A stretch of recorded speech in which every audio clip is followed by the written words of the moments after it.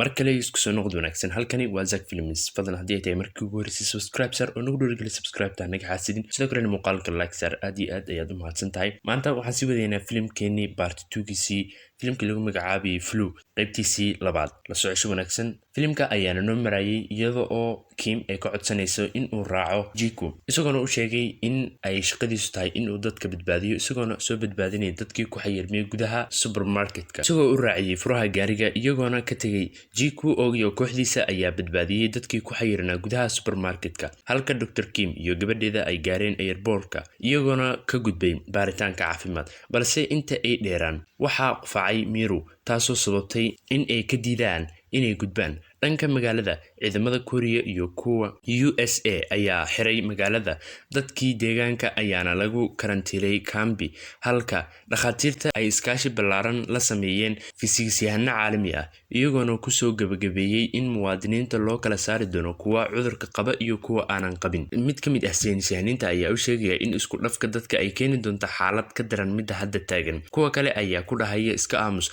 qorshahooda ayaa ah in la sii daayo qofka aanan muujin wax calaamad ah kii kalena lagu dabiibi doono meel gooni ah dhinaca kale Kim iyo gabadheeda ayaa soo gaaray dhinaca kaamka Kim oo timaha u xiraysa gabadheeda ayaa aragtay calaamadaha ka soo muuqday qoorta gabadheeda iyadoo u kaxaysay qolka baaritaanka maalinkii xigay amarka dawladda saraakiisha ayaa tooganaya shimbiraha iyo wax kasta oo dul maraya magaalada si aysan cudurku u faafin gudaha kaambiga Monsai waxaa ka soo muuqday calaamadihii iyagoona loo keenay dhinaca baaritaanka dhakhaatiirta ayaa ogaaday in virusku ku faafay jirkiisa iyagoo u yeeray Kim maadaama ay tahay dhakhtarka kaliya ee wax ka og viruskan ee ku sugan gudaha kambiga iyadoo oo ku guuleystay in ay viruska ka saarto jirkiisa ayna daaweyso kadib Kim oo isku dayaysa in ay gabadheeda ka saarto meesha lamaanaha shaqaalaha goobta ayaa soo gaaray kaamka iyagoo rabo in ay qaataan Miru si ay u isticmaalaan lambarkeeda 266 iyagoo oo u sheegay in natiijadoodu noqon doonto mid positive ah si ay u qaataan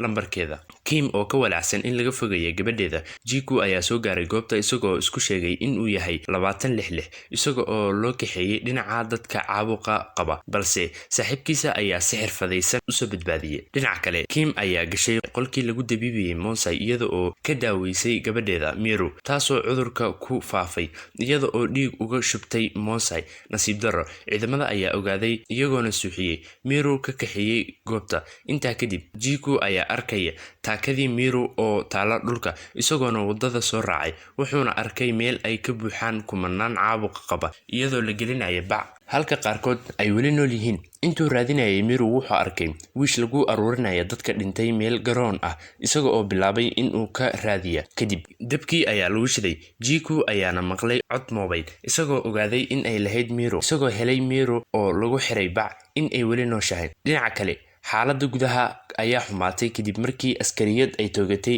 askari kale oo qaba caabuqa dadka oo caarisan ayaa sidoo kale arkay Jiku oo soo badbaadiyay Miru iyagoo ogaaday in dadka la gubay ay ahaayeen kuwa nool dhakhaatiirta ayaa go'aansaday in ay ka baxaan goobta si baaritaankooda ugu sameeyaan Monsai meel kale iyagoo oo ka codsanaya in ay raacdo Kim balse Kim ayaa diiday inta ay sii baxayeen Byung-ki ayaa arkay Monsai isagoona gaariga kala degay si xunna u garaacay maadaama uu sababay walaalkiisa inuu dhinto Kim ayaa weysay gabadheeda iyada oo horay u raacday kooxda halka madaxweynaha cadaadis daran ka soo food saaray qaramada midoobay iyagoo ku taliyay in la baabi'iyo dadka qaaday cudurka si ay u soo gudbin xuduudka isagoo oo ku amray ciidamadiisa in ay taxadar galaan inta daawo laga soo saaray qaramada midoobay iyo madaxweyne ku-xigeenka ayaan ku faraxsaneen go'aankan balse waxay ku qasbanaadeen in ay sugaan daawada xaaladda ayaana hal mar isbedeshay kadib markuu Monsai ku geeriyooday gudaha ambulance waxaana meesha ka baxday fursadii ahayd in dawo la helo kadib xaaladan madaxweyne ku-xigeenka ayaa si hoose u amray militariga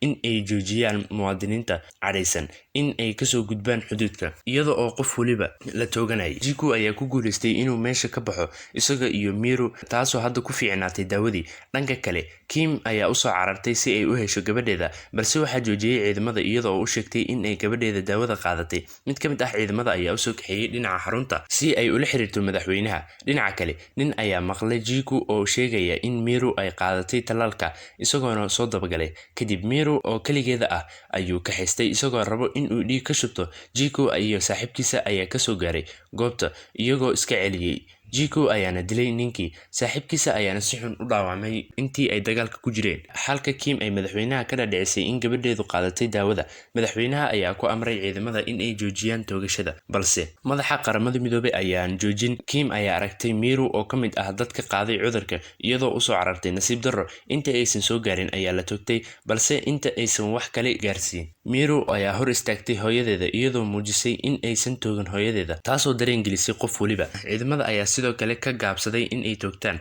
halka dadka qaaday cudurka ay soo aadeen dhinacooda. Kadib markuu arkay xaaladan, madaxa qaramada midoobay ayaa u yeeray ciidamada cirka. Tani ayaa ka cariirsiisay madaxweynaha isagoo ku amray ciidamadiisa in ay toogtaan diyaaradaha haddii ay soo galaan magaalada. Madaxda ayaa yeelatay kulan adag, diyaaradaha ayaana dib u soo noqday kadib markii xaaladii adkayd laga soo gudbay. Madaxweynaha ayaa live soo galay isagoo u sheegay shacabka inuu soo saari doono daawo si uu u badbaadiyo dadkiisa, halka Miru loo kaxeeyay Seoul. Filimka ayaana ku dhammaaday iyadoo daawadii lagu guuleystay. Dadka ugu horeeya ee helena ay noqdeen bulshada Bundang. Waxaan aad iyo aad kaga mahadcelinayaa inaad soo gaartay dhammaadka muuqaalkan. Run ahaantii waxaan soo gelinay muuqaalo badan, balse markastoo aad daawatiin waxaan idinka codsanayaa inaad muuqaalka share gelisiin si aan u helno saaxiibo badan oo sidiin oo kale. Sidoo kalena muuqaalka aad like saartid waayo wuxuu ka qayb qaadanayaa in uu dad badan gaaro. Aad iyo aad ayaad u mahadsantahay. Waxaynu u balana muuqaalka xiga. Sidaas iyo nabadgelyo.